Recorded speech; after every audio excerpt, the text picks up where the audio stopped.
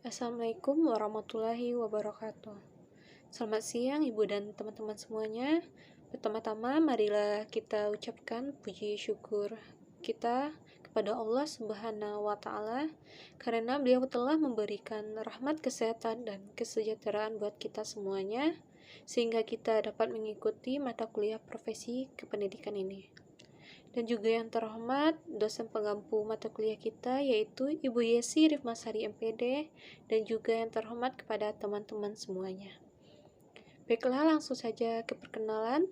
Perkenalkan, kita dari kelompok 1 yang beranggota saya sendiri Nadia Adelia Tasya, NIM 20114, dan rekan saya Rika Afrianti, NIM 20123. Baiklah, langsung saja kita akan memaparkan hasil presentasi kelompok kita, yaitu ciri-ciri profesi dan status profesi guru. Yang pertama ada ciri-ciri profesi menurut NIA. Menurut National Education Association 1948 menyatakan bahwa kriteria profesi atau ciri-ciri profesi guru diantaranya yang pertama ada jabatan yang melibatkan kegiatan intelektual. Maksudnya di sini kegiatan mengajar yang melibatkan upaya-upaya yang sifatnya sangat didominasi kegiatan intelektual. Bahwa kegiatan-kegiatan yang dilakukan anggota profesi ini adalah dasar bagi persiapan dari semua kegiatan profesional lainnya. Selanjutnya ada jabatan yang menggeluti batang ilmu khusus.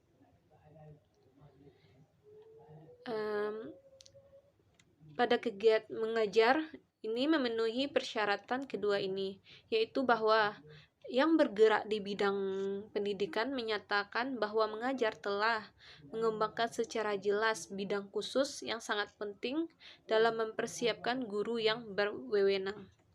Selanjutnya ada jabatan yang memerlukan persiapan latihan yang lama. Bahwa guru dan yang berwenang di Departemen Pendidikan dan Kebudayaan berpendapat bahwa persiapan guru yang profesional yang cukup lama amat perlu untuk mendidik guru yang berwenang. Selanjutnya ada jabatan yang memerlukan latihan dalam jabatan yang sinambung.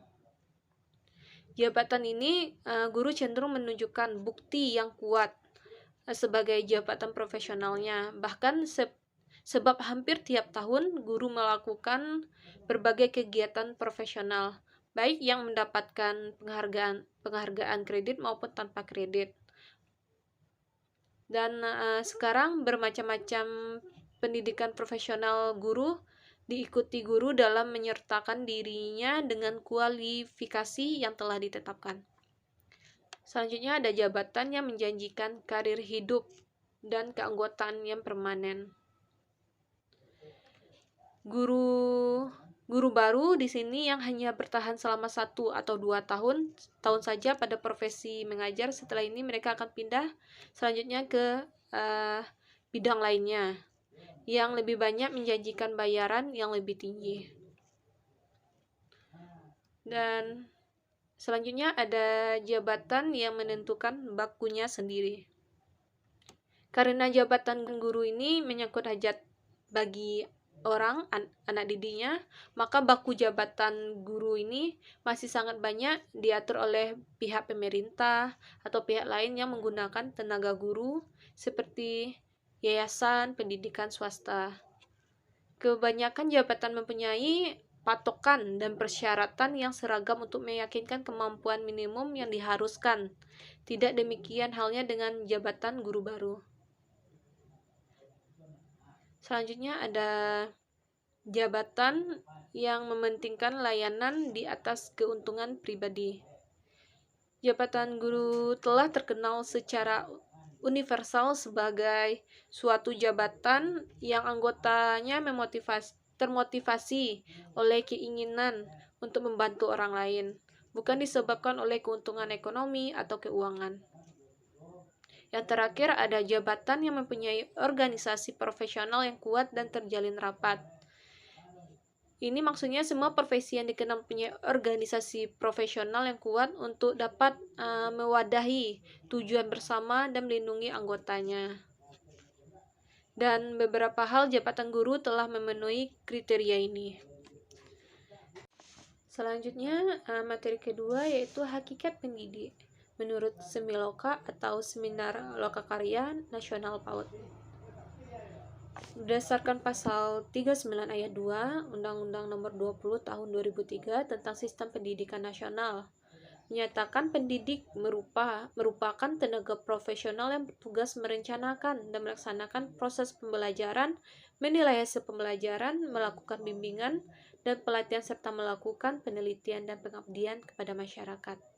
Mengacu pada pasal tersebut, maka yang dimaksud dengan tenaga pendidikan pada satuan pendidik anak usia dini atau program PAUD adalah mereka yang bertugas memfasilitasi proses pengasuhan dan pembelajaran pada anak usia dini pada program atau lembaga PAUD tersebut, baik pada jalur pendidikan formal maupun non-formal, serta memiliki komitmen secara profesional untuk meningkatkan suatu mutu pendidikan anak usia dini tersebut.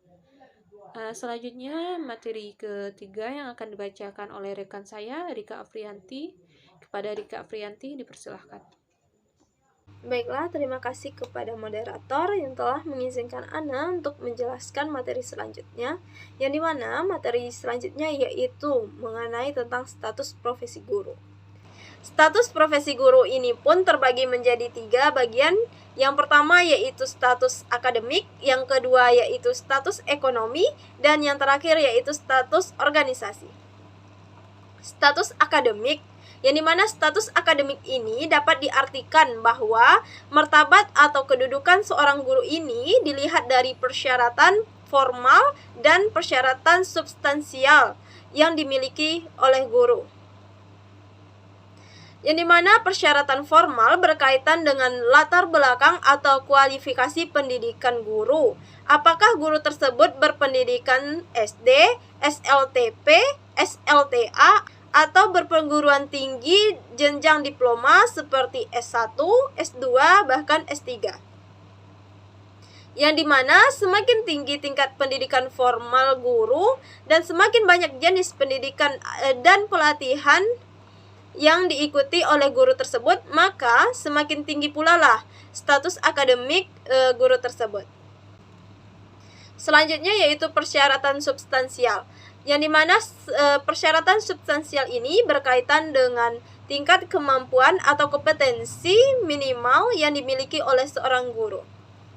Menurut peraturan pemerintah nomor 19 tahun 2005, yang dimana setiap guru harus memiliki kompetensi seperti kompetensi pedagogik, kompetensi profesional, kompetensi kepribadian, dan kompetensi sosial. Baiklah, selanjutnya yaitu kita masuk pada status ekonomi. Yang dimana status ekonomi ini dapat diartikan bahwa martabat dan kedudukan guru dilihat dari penghasilan dan penghargaan yang diterimanya, serta tingkat kesejahteraan yang dirasakan oleh guru tersebut.